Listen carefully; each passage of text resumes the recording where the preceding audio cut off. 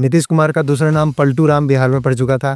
नीतीश कुमार को लोग U turn Kumar भी बोलने लग गए थे। नीतीश कुमार को केंद्र में डिप्यूटी प्राइम मिनिस्टर का पद दिया जाएगा। मुस्लिम्स के एक मदरसे में पटना में टोपी पहनने से जब इनकार कर देते हैं तो ये घटना नेशनल न्यूज बन जाती है और इस पे डिबेट स्टार्ट हो जाता है। अक्टूबर नवंबर में बिहार में चुनाव होने वाले हैं और बिहार का माहौल पूरी तरह से गरमाया हुआ है। बिहार में जहाँ राहुल गांधी दिन भर रैलियाँ की जा रहे हैं तेजस्वी के साथ मिल करके, वहीं पे बीजेपी और नीतीश कुमार भी पीछे नहीं है। तो ऐसे में जब नीतीश कुमार 21 अगस्त को मुस्लिम्स के एक मदरसे में पटना में, तो ऐसे में नीतीश कुमार मुसलमानों के मदरसे में पटना में टोपी पहनने से जब इनकार कर देते हैं तो ये घटना नेशनल न्यूज बन जाती है और इस पे डिबेट स्टार्ट हो जाता है। तो आइए इसको थोड़ा डिटेल में समझते हैं। नीतीश कुमार 2005 से बिहार में सरकार चला रहे हैं, मतलब 2005 से most of the time Nitish Kumar ही मुख्यमंत्री रहे हैं। उन्होंने कई बार पार्टियां बदली, कई बार उन्होंने एक दो बार दूसरे लोगों को भी लाया, हटाए, खुद आए खुद गए, but most of the time वो मुख्यमंत्री रहे हैं। और ऐसे में नीतीश कुमार ना सिर्फ लालू की पॉलिसी को कुछ हद तक फॉलो किए बल्कि उसको आगे भी ले गए। जैसे कि लालू के जंगल राज के टाइम में लालू ने एक समीकरण बनाया था, माई समीकरण, जिसमें मुस्लिम और यादव दोनों को एक साथ ला करके लालू क्लेम करता था कि लालू के पास बहुमत है। 16-17% या 18% मुस्लिम्स को लालू काउंट करता था और हिंदुओं में से लालू यादवों को काउंट करता था 14-15%। इस तरह से लालू को 30% वोट इन दो जगह से मिल जाते थे और कुछ हल्का फुल्का वोट लालू सवर्णों को लोअर कास्ट से लड़ा करके ऐसे करके लालू निकाल लेता था। इस तरह से लालू 30-35% तक वोट शेयर बिहार में आराम से ले आता था और लालू सरकार बना लेता था। तो नीतीश कुमार ने लालू के इस समीकरण को समझा और इस पे अमल किया एंड आने वाले समय में स्पेशली 2005 के इलेक्शन में नीतीश कुमार ने लालू की ताकत पलट कर दी। मतलब नीतीश कुमार ने क्या किया, लालू का जो कोर वोट बैंक था उसमें सेंध लगा दी। लालू के ऊपर तमाम तरह के मुकदमे चल रहे थे, लालू के ऊपर करप्शन के चार्जेस, घोटाले के चार्जेस लगे पड़े थे, लालू कोर्ट के चक्कर काट रहे थे। वैसे में नीतीश कुमार ने लालू का जो कोर वोटर था, जो कि मुस्लिम वोट था, उसमें बहुत ज़्यादा सेंधमारी कर दिया 2005 में। मतलब ऐसा बोला जा रहा है 2005 से लेकर 2013 तक का टाइम रहा है, वो आरजेडी के लिए काफ़ी बुरा वक्त रहा। इसमें लालू की पार्टी बद से बदतर होती चली गई बिहार में और इसका भरपूर फ़ायदा उठाया नीतीश कुमार ने और इन पर नीतीश कुमार को क्रेडिट जाता है लालू की पार्टी को इस लेवल तक पहुंचाने का। तो जब 2005 में नीतीश कुमार मुख्यमंत्री बने तो उनके बहुत सारे पॉलिसी जो थे वो लालू के टोटली विपरीत थे। जैसे लालू ने गुंडा राज को बढ़ावा दिया था, जंगल राज को बढ़ावा दिया था, किडनैपिंग की इंडस्ट्री स्थापित की थी बिहार में, उद्योग धंधे बिहार में लगाने बंद कर दिए थे। नीतीश कुमार ने इन सब पर बहुत बेरहमी से फोकस किया और एक एक करके इनमें सुधार किया। हालांकि शिक्षा के फील्ड में नीतीश कुमार सुधार नहीं कर पाए कुछ ज़्यादा, क्योंकि जब नीतीश कुमार ने शिक्षा मित्रों की बहाली करी, जिसमें नीतीश कुमार ने मुखिया सरपंच को राइट दे दिया कि वो शिक्षा मित्रों की बहाली कर सकते हैं, जिसमें सारे मुखिया ने 2-2, 3-3 लाख लेकर के अपने ही परिजनों को शिक्षक बना दिया। मतलब मुखिया लोगों ने अपने ही परिजनों से घूस ले लेकर के बिना क्वालिफिकेशन देखे उनको टेम्प्रोरी शिक्षक नियुक्त कर दिया, जिसमें लगभग 2 लाख से 3 लाख शिक्षकों की भर्ती की गई थी। ये नीतीश कुमार का बहुत ही ज़्यादा डाउन टाइम कहा जा सकता है। मतलब नीतीश कुमार का ये डिसीजन ही बहुत ही घटिया डिसीजन साबित हुआ बिहार में, क्योंकि वो शिक्षा मित्र बाद में शायद परमानेंट हो गए और अब वो 40 साल तक बिहार के किस्मत पे कुंडली मार के बैठ गए। एनीवे, एक आध डिसीजन के अलावा नीतीश कुमार ने मोस्ट ऑफ द डिसीजन जो लिए वो सही थे। इन्होंने विकास अच्छा खासा किया, बहुत सारे roads, in fact most of the roads जो खराब हो चुके थे बिहार में, इन्होंने उसको ठीक किया। कानून व्यवस्था को सबसे ज़्यादा इन्होंने सुधारा। जहाँ लालू के राज में गुंडे मवालियों की सरकार चलने लग गई थी, जहाँ पे गुंडे मवाली हर जगह जाके अफसरों को पीट दिया करते थे, थाने में जाके पुलिस को मारते थे, वो सब चीज़ें नीतीश कुमार ने वापस से सही कर दी, फिर से कानून व्यवस्था का राज ला दी। हालांकि ऐसा करते हुए नीतीश कुमार ने वोट के मामले में आरजेडी से, लालू से मुस्लिम वोट छीनने में कामयाब हो गए। उस टाइम तस्लीमुद्दीन वगैरह जो आरजेडी के नेता थे वो भी शायद नीतीश कुमार को ज्वाइन कर लिए थे और बहुत सारे बिहार के बड़े बड़े मुस्लिम नेता नीतीश कुमार की पार्टी में आ गए। इस तरह से नीतीश कुमार ने न सिर्फ लालू की पार्टी को डिस्ट्रॉय किया, बल्कि लालू की पार्टी से बहुत सारे जो ठीक ठाक मुस्लिम नेता थे, कद्दावर नेता थे, उनको अपनी पार्टी में लाने में भी कामयाब रहे। और शायद यही वजह था कि 2005 और 2010 का जो बिहार का इलेक्शन है उसमें नीतीश कुमार ने अपना बेस्ट परफॉर्मेंस दिया है। इनफैक्ट 2010 के इलेक्शन में नीतीश कुमार की पार्टी को अकेले 115 सीटें आई थी और लालू की पार्टी को मात्र 22 सीटें, कांग्रेस 4 सीटें, अदर्स 11 सीटें और बीजेपी को 95 सीटें मिली थी। मतलब वो नीतीश कुमार का बेस्ट पीरियड कहा जा सकता है बिहार में। और वो लालू का वर्स्ट पीरियड कहा जा सकता है। और ये भी दिखाता है कि कैसे नीतीश कुमार ने लालू के साम्राज्य को छिन्न भिन्न कर दिया। और शायद यही वजह रही कि आने वाले लंबे समय तक, मतलब 10-15 वर्ष तक, नीतीश कुमार मुस्लिमों के प्रति बहुत ज़्यादा सहानुभूति रखने लगे। बट जैसा कि हर चीज़ के साथ होता है, जो पैदा हुआ वो मरेगा, everything that has a beginning has an and, यही कहावत नीतीश कुमार पे भी चरितार्थ हुई। नीतीश कुमार को मुस्लिम्स का वोट आया था लालू से छक करके, मतलब वो नीतीश कुमार ने बनाया नहीं था, वो उन्होंने उठाया था अपनी चालाकी से, अपनी बुद्धिमानी से, अपने अपोजिशन को कमज़ोर करके। तो एक न एक दिन उसका जाना भी तय था। धीरे धीरे लालू की पार्टी फिर से मजबूत हुई बिहार में और उन्होंने मुस्लिम वोट को वापस से अपनी तरफ खींच लिया। इससे नीतीश कुमार के मन में कहीं ना कहीं थोड़ी मुस्लिमों को लेकर कड़वाहट आने लगी। नीतीश कुमार को रियलाइज़ होने लगा कि शायद मुस्लिम्स नीतीश कुमार को अब वैसे वोट नहीं देते हैं जैसे उन्होंने बीच में कभी दिया था। तो अब हुआ क्या, नीतीश कुमार ने बहुत बार पार्टियां बदली।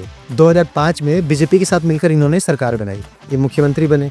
2010 में इन्होंने दोबारा 2/3 बहुमत बीजेपी के साथ मिलकर के लाए और फिर से बिहार में मुख्यमंत्री बने। बट चूँकि नीतीश कुमार की सहानुभूति मुस्लिम्स के प्रति काफ़ी ज़्यादा थी और बीजेपी कुछ हद तक एक हिंदूवादी पार्टी कही जा सकती है, तो जब बीजेपी ने प्रधानमंत्री नरेंद्र मोदी को 2013 में अपना प्रधानमंत्री का चेहरा बनाया, तो इससे नीतीश कुमार काफ़ी हद तक नाराज़ हो गए।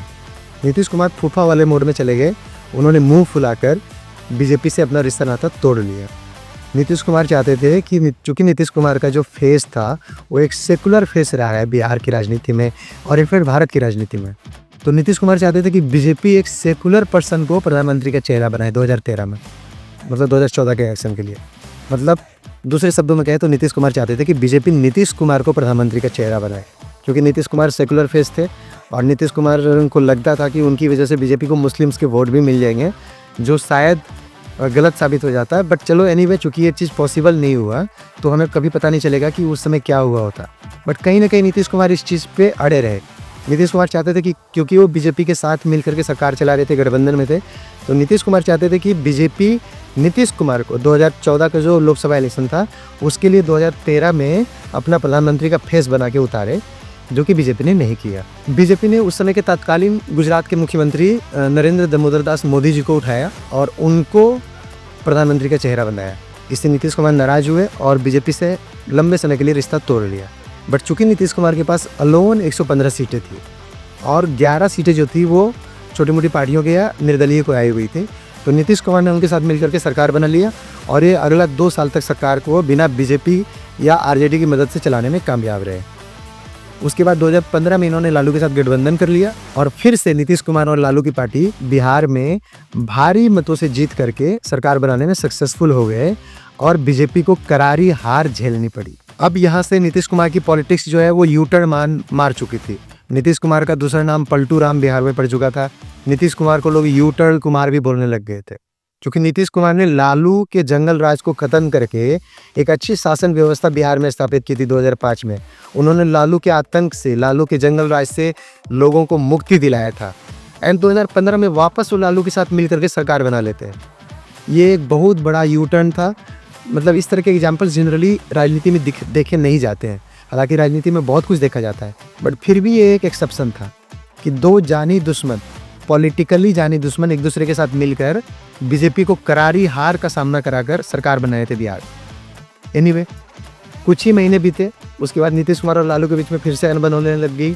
नीतीश कुमार को रियलाइज़ होने लग गया कि उन्होंने क्यों लालू की पार्टी को हरा करके 2005 में सरकार बनाया था। लालू राज वापस से बिहार में आना शुरू हो चुका था, फिर से क्राइम बढ़ने लग गया था बिहार में। लालू ने झट से अपने गुर्गों को निकालना शुरू कर दिया सरकारी मदद से, जैसे कि शहाबुद्दीन को लालू ने तुरंत निकलवा दिया सरकार बनाते ही, और शहाबुद्दीन निकलते ही नीतीश कुमार को भला बुरा कहने लगा, गालियाँ देने लगा। तब जाकर के नीतीश कुमार का सपना टूटा, तब जाकर नीतीश कुमार जागे। इनको समझ में आया कि इन्होंने भारी गलती कर दी है लालू के साथ जाकर के। प्रधानमंत्री चेहरा बनने के चक्कर में नीतीश कुमार ने बीजेपी से रिश्ता तोड़ करके लालू के साथ जो महागठबंधन किया था वो नीतीश कुमार के लाइफ का सबसे बड़ा मिस्टेक था।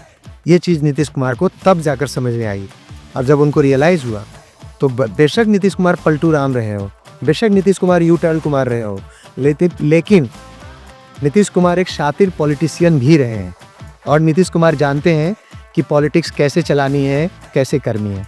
नीतीश कुमार इस चीज़ को इतनी अच्छी तरह से जानते हैं कि 2005 के बाद से डायरेक्टली और इनडायरेक्टली वो बिहार में मुख्यमंत्री, मतलब उनको एक बार भी कोई हटाने में सक्सेसफुल नहीं हुआ है। अगर वो बीच में जीतन राम मांझी को मुख्यमंत्री बनाए तो उन्होंने अपनी मर्जी से बनाया था, मतलब सारा कंट्रोल नीतीश कुमार के पास था, जस्ट वो एक नाम का उन्होंने एक मुख्यमंत्री ला करके रखा था। दूसरे शब्दों में कहें तो 2005 से लगातार नीतीश कुमार बिहार की राजनीति में बैठ करके मुख्यमंत्री का पद संभाले हुए, और वो भी लालू जैसे शातिर पॉलिटिशियन के रहने के बावजूद। ये दिखाता है कि नीतीश कुमार खुद भी एक शातिर पॉलिटिशियन है। तो जब नीतीश कुमार को समझ में आया कि लालू के साथ गठबंधन करके उन्होंने गलती कर दी है, तब उन्होंने लालू को छोड़कर भागने की योजना बनाई और वापस से बीजेपी के साथ उन्होंने टाई अप कर लिया, फिर से बीजेपी ज्वाइन कर लिया 2017 में। लालू की पार्टी को बिना कुछ बताए, बिना कोई नोटिस दिए उन्होंने छोड़ दिया, लालू को सत्ता से बाहर धक्के मार के कर दिया, और इन्होंने बीजेपी के साथ मिलकर सरकार बना ली, और इनका मुख्यमंत्री का पद ज्यों का त्यों बरकरार रहा। हालांकि नीतीश कुमार के बार बार पलटी मारने की वजह से इनका जो वोटर था, जो मुस्लिम समुदाय का वोट नीतीश कुमार को मिलता था, वो वापस से नीतीश कुमार से छिटकने लग गया, और इनका वोट शेयर जो 2010 के टाइम में जो मुसलमानों का वोट शेयर जो नीतीश कुमार को मिलता था वो काफ़ी ज़्यादा हो गया था, वो धीरे धीरे घटते घटते नेग्लिजिबल पहुंचने लगा। और सिचुएशन ऐसी आ गई कि जब 2017 में बीजेपी ज्वाइन करके वापस से बीजेपी के साथ सरकार बना लिए, तो 2020 के इलेक्शन में, 2020 के बिहार विधानसभा के इलेक्शन में नीतीश कुमार को टोटल मुस्लिम्स वोट का ऐसा बोला जाता है कि हार्डली 4 से 5% वोट मिला था, और 4 से 5% वोट या इससे ज़्यादा तो बीजेपी ले जाती है मुस्लिम समुदाय से, क्योंकि मुस्लिम समुदाय की बहुत सारी महिलाएं प्रधानमंत्री मोदी जी की बहुत सारी नीतियों से प्रभावित होकर उनको वैसे ही वोट कर देती हैं। धर्म से ऊपर उठ करके, संप्रदाय से ऊपर उठ करके बहुत सारी मुस्लिम महिलाएं हैं जो प्रधानमंत्री मोदी जी को, मतलब बीजेपी को वोट दे देती है। मतलब बीजेपी को वैसे भी 2-4-5% टोटल मुस्लिम समुदाय का वोट मिल जाता है। तो अगर बीजेपी, जो कि एक हिंदूवादी पार्टी कही जाती है, उनको अगर मुस्लिम समुदाय का 4-5% वोट बाय डिफ़ॉल्ट मिल जाता है, वैसे में नीतीश कुमार के मुस्लिम समुदाय में मेहनत करने के बाद, बार बार टोपी पहनना, बार बार इफ्तारी करने के बाद 4 से 5% वोट ले जाना, ये कहा जा सकता है कि मुस्लिम समुदाय इनसे पूरा नाराज़ हो चुका था 2020 तक आते आते। मतलब मुस्लिम समुदाय को इनमें होप नज़र नहीं आने लग गया था। मुसलमानों को लगने लग गया था कि नीतीश कुमार की पार्टी को वोट देना यस बैंक के शेयर खरीदने की तरह है, मतलब बैड इन्वेस्टमेंट है। तो जैसा कि हम सब जानते हैं कि नीतीश कुमार एक शातिर पॉलिटिशियन है, और अगर मुस्लिम समुदाय का वोट नीतीश कुमार को नहीं मिलने लगा था तो ये बात नीतीश कुमार को सबसे पहले पता चल गया था। इनफैक्ट जब ओवैसी की पार्टी को 2020 में 5 सीटें बिहार में मिल गई, तब जाकर नीतीश कुमार नींद से जागी अच्छी तरह से। तब नीतीश कुमार को समझ में आया कि जब नीतीश कुमार इतनी सारी एक्स्ट्रा बेनिफिट्स मुसलमानों के लिए सरकार की तरफ से प्रोवाइड करते रहते हैं, तब भी नीतीश कुमार को टोटल मुस्लिम समुदाय का हार्डली 4 से 5% वोट आया। और ओवैसी नामक बंदा जो बिहार का है भी नहीं, बिहार से 2-4 हज़ार किलोमीटर दूर से आकर के, जिसने बिहार के लिए कुछ नहीं किया है, वो नीतीश कुमार से ज़्यादा वोट शेयर मुसलमानों का लेके चला जाता है। इस घटना के बाद से कहीं ना कहीं नीतीश कुमार का मुसलमानों से मोह भंग होने लग गया था। नीतीश कुमार समझने लग गए थे कि मुसलमानों का वोट उनको नहीं मिल रहा है और आने वाले समय में बिल्कुल नहीं मिलने वाला है। तो अब नीतीश कुमार की जो पॉलिसी थी वो एंटी मुस्लिम तो नहीं कही जाएगी, लेकिन वो मुसलमानों को उस लेवल पे ओपन फेवर करने के लिए अब रेडी नहीं थे जैसे वो स्टार्टिंग में कर रहे थे जब वो पहली बार सत्ता में आए थे। और यहाँ से राजनीति में फिर टर्न्स आते हैं। राजनीति तो उतार चढ़ाव का गेम है ही। फिर से 2023 में नीतीश कुमार पार्टी बदलते हैं और वापस से ये इंडी गठबंधन ज्वाइन कर लेते हैं। मतलब नीतीश कुमार फिर से अपोजिशन के साथ मिल करके फिर मोदी जी को हराना चाहते हैं, जैसे इन्होंने 2013 में ट्राई किया था। फिर नीतीश कुमार उनके साथ न सिर्फ गठबंधन में शामिल होते हैं अपोजिशन के साथ, बल्कि उनका मेन चेहरा भी बन जाते हैं। मतलब नीतीश कुमार अपोजिशन का मेन फेस बन गए थे। इनफैक्ट ये इतने पॉपुलर हो गए थे कि ऐसा माना जा रहा था कि यही प्रधानमंत्री पद के दावेदार हो जाएंगे। एनीवे, इस घटना के बाद फिर से नीतीश कुमार और बीजेपी की पार्टी में दरार पड़ गई और ऐसा लगने लग गया था कि नीतीश कुमार ने जो शिक्षा 2 बार लिया था 2005 से पहले और 2017 के टाइम में, जब उन्होंने पहली बार लालू को हराया था और दूसरी बार लालू को छोड़ा था, वो शिक्षा वो भूल चुके हैं। ऐसा लगने लगा वो फिर से लालू के साथ गठबंधन करके अपने ही पैर पे कुल्हाड़ी मार लेंगे। लालू के साथ गठबंधन करने से और बार बार पार्टी बदलने से नीतीश कुमार का वोट शेयर घटता चला गया था। नीतीश कुमार का जो कॉम्बिनेशन था, पहले लालू का कॉम्बिनेशन रहता था कि मुस्लिम और यादव समीकरण, मतलब मुस्लिम को और यादव को मिला करके 30% वोट ले लो, बाकी 2-4% इधर उधर से लेकर के सरकार बना लो। नीतीश कुमार ने अपना समीकरण बनाया था कि नीतीश कुमार को कोयरी पुर्मी का वोट बिहार में मिलता है, उसके अलावा ईसीबी उसके अलावा नीतीश कुमार कुछ अत्यंत पिछड़ा वर्ग से भी वोट ले लेते हैं एंड देन बीजेपी के साथ मिलकर के नीतीश कुमार अपना बहुमत साधने में कामयाब हो जाते थे। मतलब 40% 41% तक इनका सीट आ जाता था। तो नीतीश कुमार जो कि शातिर पॉलिटिशियन है, इन्होंने अपना कैलकुलेशन इस तरह से कर रखा था। बीच में नीतीश कुमार को मुस्लिम्स के भी वोट मिल रहे थे जो कहीं ना कहीं छटकने लग गए लास्ट में। और जब इन्होंने 2023 में फिर से पलटी मारी तो इतना तो तय हो गया था कि इनका वोट बैंक फिर से कमज़ोर हो जाएगा, फिर से कम हो जाएगा। बट जैसा कि नीतीश कुमार का नाम दिया गया पलटू राम, इन्होंने फिर 2024 में पलटी मार दिया और वापस से बीजेपी ज्वाइन कर लिया जस्ट लोकसभा इलेक्शन से पहले, और ये बीजेपी के साथ मिल करके बिहार में इलेक्शन लड़ लिए। नतीजा ये हुआ कि बीजेपी और नीतीश कुमार को अच्छी सीटें आई और केंद्र में मोदी जी सरकार बनाने में सक्सेसफुल हो गए। हालांकि उसमें नीतीश कुमार की बहुत अहम भूमिका रही। इतना सब होने के बाद एक बात तो तय हो गया था कि अब मुसलमान कभी नीतीश कुमार को वोट देने वाले नहीं थे। मुसलमानों को नीतीश कुमार बेवफा लगने लग गए थे और कुछ हद तक नीतीश कुमार इसको प्रूव करने में भी कामयाब हो गए थे। तो और ये बात नीतीश कुमार जैसे शातिर पॉलिटिशियन अच्छे से समझ रहे थे कि अब मुसलमान इनको वोट देने से रहे। बट चूंकि नीतीश कुमार काफ़ी इंटेलिजेंट माने जाते हैं इन मामलों में, पॉलिटिकल मामलों में, तो उन्होंने भी अपना कैलकुलेशन बना लिया था कि अगर मोदी जी के साथ गठबंधन करते हैं, इनको ऑलरेडी कोयरी कुर्मी का वोट बिहार में आता है, कुछ यादव का भी वोट आ जाता है, ईसीबी का वोट आ जाता है, इस तरह से जोड़ करके इनका ऑलरेडी 50% प्लस वोट आ रहा था बिहार में अंडर एनी सर्कमस्टेंसेस। तो फिर नीतीश कुमार ने ये सब ध्यान में रखते हुए ये डिसाइड किया कि अब ये वापस लालू के पास या अपोजिशन के पास नहीं जा रहे हैं, मोदी जी के साथ ही रहेंगे, सरकार बनाएंगे। लेकिन स्थिति इतनी सिंपल नहीं है जितनी दिख रही है या जितना लग रहा है। इनके बीच में कुछ और ही डील हो रखी है। 2024 के इलेक्शन के टाइम में जब नीतीश कुमार ने फुल थ्रोटल लगा दिया था बीजेपी के पीछे, मतलब नीतीश कुमार अपनी पूरी औकात लगा दी है बीजेपी के लिए। हालांकि नीतीश कुमार इन चीज़ों के लिए जाने नहीं जाते हैं। ऐसे केसेस में नीतीश कुमार मसलिंग करने के लिए जाने जाते हैं। नीतीश कुमार सामने वाली पार्टी को दबाने के लिए जाने जाते हैं। नीतीश कुमार यहाँ पे पलटी मारने के लिए जाने जाते हैं। मतलब ऐसे केसेस में नीतीश कुमार को जनरली पलटी मार लेना चाहिए था, लेकिन नीतीश कुमार ने इस बार पलटी नहीं मारा, क्योंकि नीतीश कुमार और बीजेपी के डील में बहुत ज़्यादा चांसेस है कि इनके बीच में एक सीक्रेट डील हुई है और वो डील कुछ इस तरह का है। अब आप खुद सोचिए, नीतीश कुमार जैसा पॉलिटिशियन जिसने अपनी लाइफ में लगभग सब कुछ अचीव कर लिया है, वो अपने आखिरी मोमेंट पे क्या चाहेंगे? लास्ट के जब उनके पॉलिटिक्स के 2-4-10 साल बचे हुए हैं या 5 साल बचे हुए हैं, ऐसे में नीतीश कुमार का एक्सपेक्टेशन क्या रहेगा खुद से? ऐसी क्या चीज़ है जो नीतीश कुमार अचीव करना चाहेंगे? तो यहाँ पे एक ही दो चीज़ें हैं जो नीतीश कुमार से मिस हुई है, जो अगर नीतीश कुमार को दिया जाएगा या उनको मिल जाएगा तो वो कभी मना नहीं करेंगे। तो मैं उनके बारे में ही अब बताऊंगा। सबसे पहली बात है, अगर लोग ये सोचते हैं कि नीतीश कुमार को पीएम मोदी ने ये बोल करके मनाया था 2024 में कि आपको बिहार में मुख्यमंत्री पद दे देंगे वापस से और आप हमें केंद्र में सपोर्ट जारी रखिए जैसे कि आपने रखने का वादा किया था, तो ये मेरे अनुसार प्लॉजिबल नहीं है, ये फिजिबल नहीं है। क्योंकि वो तो नीतीश कुमार वैसे भी मुख्यमंत्री पद के दावेदार है।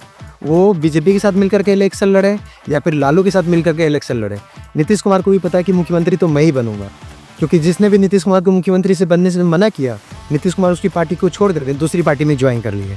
और ऑब्वियस सी बात है, कोई भी पार्टी सरकार बना करके चलाना चाहेगी उस राज्य में।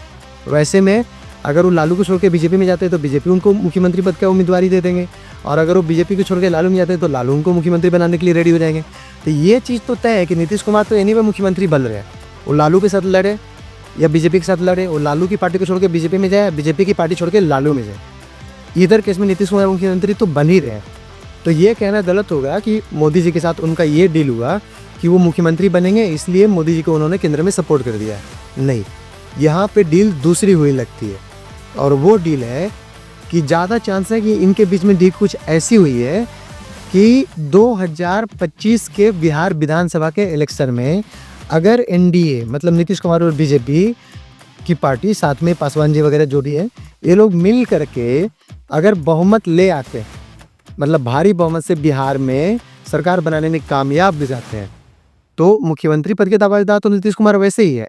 ऐसा पॉसिबल है कि नीतीश कुमार को केंद्र में डिप्यूटी प्राइम मिनिस्टर का पद दिया जाएगा। अब चूंकि डिप्यूटी प्राइम मिनिस्टर का पद एक मुख्यमंत्री के पद से कहीं बहुत ऊंचा होता है, तो ये चीज़ नीतीश कुमार जी के लिए बहुत ज़्यादा सूटेबल है, और ज़्यादा चांसेस है कि नीतीश कुमार इस बात के लिए एग्री किए हैं बीजेपी के साथ कि अभी मैं आपको केंद्र में सपोर्ट कर रहा हूँ, हम लोग मिल करके बिहार में इलेक्शन लड़ेंगे, बिहार में हम बहुमत लाएंगे और बहुमत लाते ही आप हमें डिप्टी पीएम बना देना। मतलब ये नीतीश कुमार का स्टेटमेंट हो सकता है। और ये बीजेपी के लिए क्यों फायदेमंद है, ये विन विन सिचुएशन है। इसमें नीतीश कुमार भी जीत रहे हैं, बीजेपी भी जीत रही है। दोनों कैसे जीत रहे हैं? नीतीश कुमार का प्रमोशन हो जा रहा है। नीतीश कुमार चलो प्रधानमंत्री तो नहीं बन पाए, लेकिन अब वो उप प्रधानमंत्री जरूर बन जाएंगे ऐसा करने से। बीजेपी को क्या बेनिफिट हो गए यहाँ पे? एक तो बीजेपी को बेनिफिट हुआ कि बीजेपी सरकार आराम से चला लेगी, क्योंकि बीजेपी अभी दूसरी पार्टियों पे डिपेंडेंट है सरकार चलाने के लिए। तो ऐसे केस में बीजेपी को हमेशा के लिए एक सहारा मिल जाएगा कि चलो अगला 4 साल तक कोई डिस्टर्बेंस नहीं होगा नीतीश कुमार की वजह से, जो कि पलटी मारने के लिए जाते हैं। एक तरह से बीजेपी को स्टेबिलिटी मिल जाएगा कि चलो उनकी सरकार अब नहीं गिरनी। दूसरा बेनिफिट बीजेपी को होगा इसके अलावा कि जब नीतीश कुमार को अगर बीजेपी उप प्रधानमंत्री बना देते हैं तो बिहार में जो मुख्यमंत्री का दावेदार होगा वो बीजेपी की पार्टी से ही होगा, क्योंकि नीतीश कुमार की पार्टी में सेकेंड इन कमांड नाम का कोई नहीं है। ना ही नीतीश कुमार की पार्टी में कोई इतना कैपेबल है कि नीतीश कुमार के बाद उस पार्टी को संभाल सके। इसका मतलब ये होता है कि नीतीश कुमार को बिहार की राजनीति से हटाते ही या तो नीतीश कुमार की पार्टी का विलय कर लिया जाएगा बीजेपी में, जिसका मतलब है कि अब बीजेपी को बिहार पे एक छत्र राज हो जाएगा, जिसका मतलब है कि बिहार बीजेपी के एक छत्र राज में आ जाएगा। और नहीं तो फिर अगर नीतीश कुमार की पार्टी वहाँ एग्जिस्ट भी करती है तो वो इस लायक नहीं रह जाएगी कि बीजेपी के साथ टर्म्स डिक्टेट कर सके। तो ये बेनिफिट होगा बीजेपी को नीतीश कुमार को केंद्र में उप प्रधानमंत्री बना करके। और नीतीश कुमार को फायदा होगा कि उनका प्रमोशन हो जाएगा, उनको बड़ा पोस्ट मिल जाएगा, वो पूरे भारत के उप प्रधानमंत्री मतलब सेकेंड इन कमांड होंगे। ये तो है एक डील जो बीजेपी और नीतीश कुमार के बीच में हो गया हुआ लगता है। बट यहाँ पे एक दूसरा चांस भी है।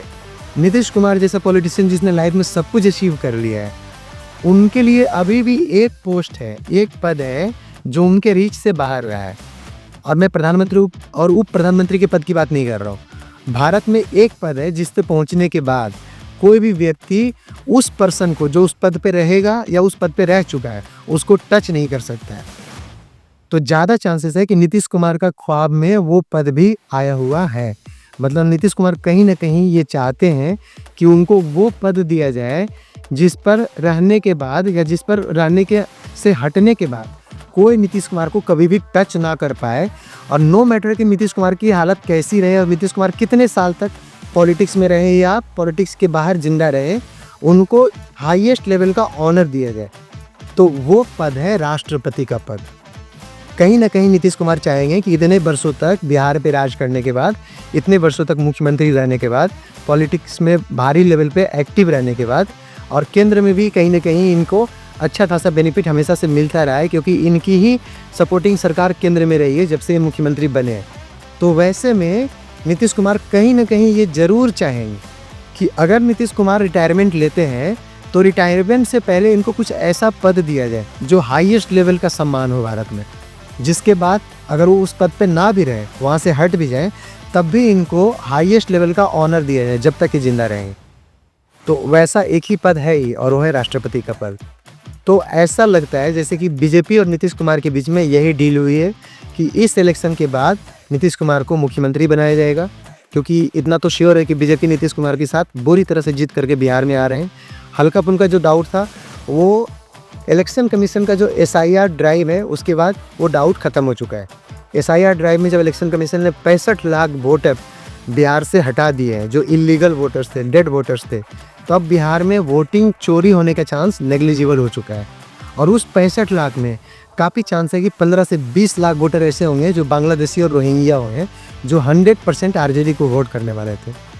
जिसका मतलब ये है कि वहाँ पे बिहार में टोटल 242 सीटें हैं, यानी लगभग 10,000 वोट हर सीट पे ऐसा था जो RJD को जाने वाला था अगर इलेक्शन कमीशन ने वोटों की क्लीनिंग नहीं की होती। तो अब क्लीनिंग के बाद चूँकि वो 10,000 वोट RJD के कम हो जाएंगे और ये 10,000 वोट एक बहुत बड़ा वोट होता है किसी भी कैंडिडेट को जिताने या हराने के लिए। तो बहुत ज़्यादा चांस है कि अब लालू की हालत फिर से वैसी हो जाएगी जैसे 2010 में हुई थी। मतलब 20, 30, 40 सीटों पे लालू सिमट के रह जाएगा। जिसका मतलब है कि बीजेपी और नीतीश की पार्टी, बाकी पार्टियों के साथ जो इन्होंने मिल करके गठबंधन बनाया हुआ है, इनकी सरकार बिहार में बननी तय हो चुकी है। एंड हेम्स जो इनके बीच डील है वो कुछ ऐसा है कि नीतीश कुमार इलेक्शन जीतने के बाद नीतीश कुमार मुख्यमंत्री बनाए जाएंगे बिहार में। और जब राष्ट्रपति के इलेक्शन का बारी आएगा केंद्र में, तो नीतीश कुमार को मुख्यमंत्री पद से हटा करके राष्ट्रपति बना दिया जाएगा बीजेपी के द्वारा। ऐसा करने से फिर से बीजेपी को वही बेनिफिट होगा जो मैंने पहले एक्सप्लेन किया था। नीतीश कुमार को हाईएस्ट लेवल ऑफ ऑनर मिल जाएगा, नीतीश कुमार के नाम के आगे महामहिम लग जाएगा हमेशा के लिए, और नीतीश कुमार हमेशा के लिए अनटचेबल हो गए हैं। नीतीश कुमार किसी के भी टच से बियॉन्ड चले जाएंगे। मतलब नीतीश कुमार को हाईएस्ट लेवल ऑफ ऑनर मिलेगा, जब वो राष्ट्रपति अब रहे या ना रहे। अब बीजेपी को क्या फायदा होगा? बीजेपी को वही बेनिफिट होगा कि एक बार जब नीतीश कुमार बिहार की पॉलिटिक्स से हट जाते हैं, तो बिहार की पॉलिटिक्स में नीतीश कुमार का जगह भरने वाला कोई नहीं है। नीतीश कुमार की पार्टी में कोई सेकंड इन कमांड नहीं है, कोई ऐसा पर्सन नहीं है जो उनका जगह ले सके। इसका मतलब उनकी पार्टी काफ़ी वल्नरेबल हो जाएगी, काफ़ी वीक हो जाएगी। तो जो भी वोटर्स हैं वो ज़्यादा चांसेस है कि बीजेपी की तरफ ही टर्न आउट कर लेंगे, और बीजेपी सबसे पावरफुल पार्टी बन करके बिहार में उतरेगी, और आने वाले लंबे समय तक बीजेपी को हराना पॉसिबल नहीं हो पाएगा। और अगर ऐसा नहीं हुआ, नीतीश कुमार की पार्टी, और अगर ऐसा नहीं हुआ तो दूसरे चांसेस ये भी है कि नीतीश कुमार की पार्टी का विलय कर लिया जाए बीजेपी में, जिसके बाद बीजेपी और भी ज़्यादा पावरफुल होकर के बिहार में सेटल हो जाएगी। इस पूरे एनालिसिस में हम लोग एक चीज़ तो समझ चुके हैं कि नीतीश कुमार जैसे शातिर पॉलिटिशियंस ये सारा हिसाब किताब करके बैठ गए हैं, एक एक चीज़ का जोड़ घटाव करके वो बैठ गए, उनको सारा समझ में आ चुका है, और कहीं ना कहीं वो अच्छे से जान गए हैं कि अब उनको मुस्लिम्स का सपोर्ट की ज़रूरत नहीं है, अब उनको मुसलमानों के वोट नहीं चाहिए। पिछले 30-40 सालों से भारतीय राजनीति की दिशा ऐसी रही थी, 40-50 सालों से, कि हर पार्टी को लगता था कि अगर वो मुस्लिम वोट नहीं ले पाएंगे तो उनकी सरकार नहीं बढ़ पाएगी। एंड मोर और लेस यही सिचुएशन चलता भी आ रहा।